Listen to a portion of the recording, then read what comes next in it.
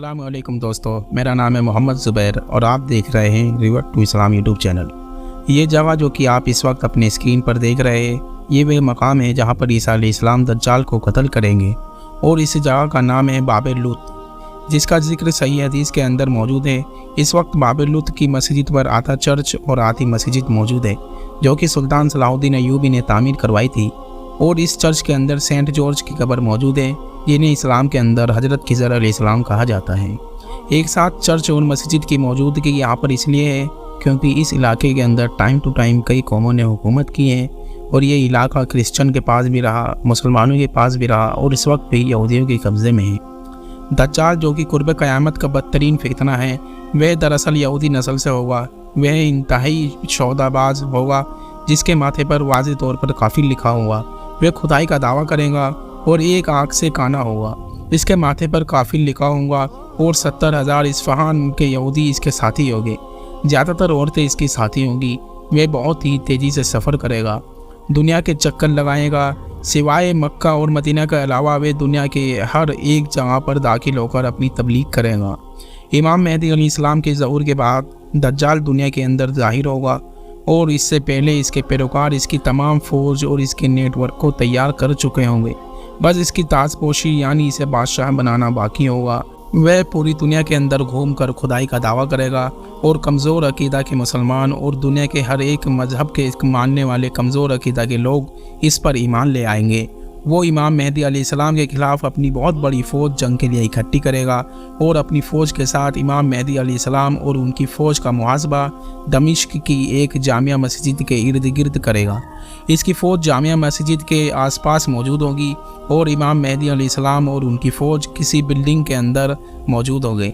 इमाम मेहदी अलैहिस्सलाम दज्जाल की इतनी बड़ी फ़ौज का मुकाबला करने की ताकत नहीं रखते होंगे, लिहाजा नमाज का वक्त होगा और उसी वक्त इस मस्जिद के मीनार पर ईसा अलैहिस्सलाम 2 फरिश्तों के कंधों पर हाथ रखकर आसमान से नीचे तशरीफ़ लाएंगे और उनके बालों से पानी टपक रहा होगा।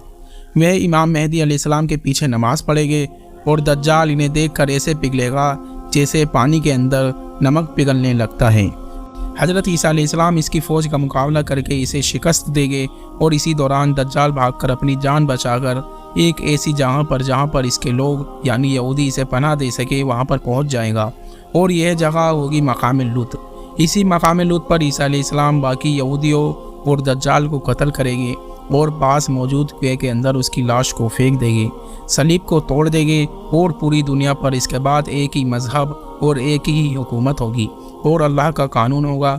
दुनिया का हर शख्स मुसलमान होगा, क्योंकि यहूदी तो ईसा अलैहिस्सलाम की फ़ौज के मुखालिफ खड़े होकर और दज्जाली फ़ौज के साथी बनकर मारे जाएंगे और ईसाइयों के ख़िलाफ़ ईसा अलैहिस्सलाम खुद खड़े हो जाएंगे कि मुझे बताओ कि मैंने तुम लोगों से कब कहा था कि मैं अल्लाह का बेटा हूँ, मेरी परस्तिश करो। सलीब तोड़ने का मतलब यही है कि वे ईसाइयत से इनकार करेंगे कि ये मेरी तारीख नहीं थी।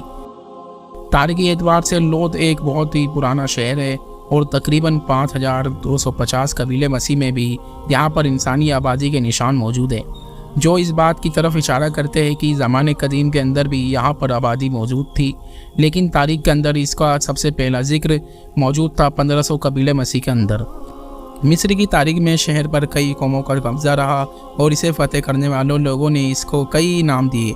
ये यहूदियों, ईसाइयों और मुसलमानों की हुकूमत का हिस्सा रहा और 636 ईस्वी के अंदर हज़रत खालिद बिन वलीद रज़ियल्लाहु अन्हु ने जब फ़िलिस्तीन पर कब्ज़ा किया तो ये शहर भी फ़तेह हुआ और इसका नाम रखा गया अल-लुद। बाद में सलीबी जंगों के दौरान ये शहर मुसलमानों से छिन गया। ये शहर बरतानवी राज का भी हिस्सा रहा और इस दौरान इसका नाम तब्दील करके लिदा रख दिया गया। लेकिन जब 1948 के अंदर इजराइलियों ने अरब को शिकस्त देकर इस शहर को फतेह किया तो इस शहर का नाम एक दफ़ा फिर से बदल कर वही पुराना यहूदी नाम यानी कि लुद रख दिया गया। मौजूदा दौर में लुद इजराइल के दारुल हुकूमत तेल अबीब से तकरीबन 15 किलोमीटर दूर वाक़ है और 2007 के आखिर के अंदर यहाँ की आबादी का अंदाज़ा तकरीबन 67,000 यानी 67,000 लोगों का था, जिनमें से 80% यहूदी मज़हब और बाकी 20% के अंदर ज़्यादातर आबादी मुसलमानों की है, जबकि कुछ ईसाई शामिल हैं। शहर की मौजूदा अहमियत यहाँ पर मौजूद बैनुल अक़वामी हवाई अड्डे की वजह से भी है और ये हवाई अड्डा बरतानवी राज के दौरान फ़ौजी प्रवासों के लिए ख़ास तौर पर तामीर किया गया था। लेकिन 1948 के अंदर इजरायली हुकूमत के ज़ेर इस्तेमाल आने के बाद यह कमर्शियल, प्राइवेट और फौजी तनसीबात के लिए या मिलिट्री प्रवासों के लिए इस्तेमाल हो रहा है। ट्रेन, बस या कार किसी भी जरिए से इस हवाई अड्डे तक पहुंचना मुमकिन है। इस एयरपोर्ट के 4 टर्मिनल हैं, जिनमें से 3 टर्मिनल के अंदर है, जबकि चौथा टर्मिनल 1999 के अंदर मुकम्मल होने के बावजूद अभी तक नहीं खोला गया। इसराइल फ़िलिस्तीन तनाज़े के पेश नज़र यहाँ पर सिक्योरिटी का भी बहुत इंतज़ाम किया गया और ये दुनिया के महफूज तरीन हवाई अड्डों के अंदर शुमार होता है। यानी यहाँ की सिक्योरिटी इतनी सख्त है कि कोई परिंदा भी पर नहीं मार सकता। अब ज़रा इस शहर के इसी नाम को वापस लौटाने और इसी जगह पर एक अहम तरीन यहूदियों को एयरपोर्ट बनाने पर, जहाँ पर इनके फ़ौजी जहाज़ ऑपरेट करते हैं, यहाँ के चौथे टर्मिनल को आज तक बंद रखना, जहाँ पर यकीनन कोई खुफिया बंकर मौजूद हो सकता है, इस इलाके को यहूदी कब्ज़े के अंदर जाना और यहाँ पर 80% यहूदी आबाद होना, जिसका 1400 साल पहले तस्वीर भी करना मुश्किल था। क्या ये सब कुछ इत्तेफाक है? बिल्कुल नहीं, बल्कि ये बता रहा है कि दज्जाल किसी ऐसी टेक्नोलॉजी का इस्तेमाल करेगा कि दुनिया का तेज़ तरीन चक्कर लगाकर अपनी दावत को फैलाएगा और अपनी जान बचाकर इसी एयरपोर्ट से निकलने की कोशिश करेगा, या फिर इसी एयरपोर्ट के छोटे टर्मिनल में किसी बंकर के अंदर रुककर अपनी जान बचाने और अपनी यहूदी फ़ौज को इकट्ठा करने की कोशिश करेगा। मगर ईसा अलैहिस्सलाम इसका पीछा करते हुए इसे मकाम लुत के मकाम पर ही रोककर इसका कत्ल कर देंगे। अब आप एक निशानी को मिलाते जाए तो तमाम तस्वीर आपके सामने बिल्कुल वाज़ेह होती जाएगी। हज़रत आयशा रज़ियल्लाहु ताला अन्हा बयान फरमाती है कि रसूलुल्लाह सल्लल्लाहु अलैहि वसल्लम एक दिन मेरे घर तशरीफ़ लाए तो देखा कि मैं रो रही थी। आपने पूछा कि आयशा क्यों रो रही हो?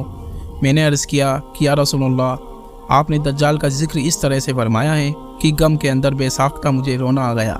आपने फरमाया कि अगर वह निकला और इस वक्त में मौजूद हुआ तो तुम्हारी तरफ से मैं उससे निपट लूँगा, और अगर वह मेरे बाद निकला तो फिर ये बात याद रखना कि तुम्हारा परवरदिगार काना नहीं है, जबकि दज्जाल काना होगा। जब वह निकलेगा तो इसके साथी अस्फहान के यहूदी होंगे, यहाँ तक कि जब वह मदीना आएगा तो वहाँ पर एक तरफ आकर उतरेगा।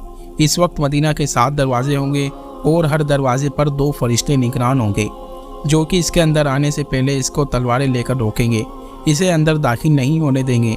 हाँ, लेकिन मदीना के अंदर जो बदअमान लोग आबाद है वह निकल कर खुद इसके पास चले जाएंगे। इसके बाद वह फ़िलिस्तीन में बाबिल लुत पर आएगा। फिर ईसा अलैहिस्सलाम नुज़ूल फरमा चुके होंगे और वह यहाँ पर आकर इसको कत्ल करेंगे। फिर ईसा अलैहिस्सलाम 40 साल तक एक ऐसे इंसाफ करने वाले हुक्मरान की हैसियत से ज़मीन पर ज़िंदा रहेंगे। आज से 1400 साल पहले हदीस मुबारक के बयान के वक्त लुत के मकाम पर एक छोटा सा गाँव मौजूद था।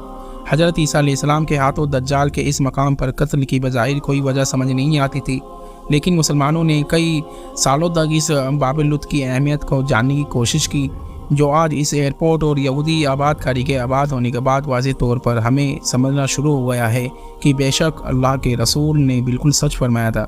यकीनन अभी भी बहुत कुछ मजीद टाइम के साथ वाजिब होना बाकी है, क्योंकि मुमकिन है कि आने वाले टाइम के अंदर दज्जाल यहाँ पर कोई अपनी फ़ौजी छावनी या फिर अपनी सल्तनत का कोई मरकज़ तामीर करे, जहाँ पर इसे पनाह की उम्मीद हो और यही उम्मीद इसे यहाँ पर खींच लाए।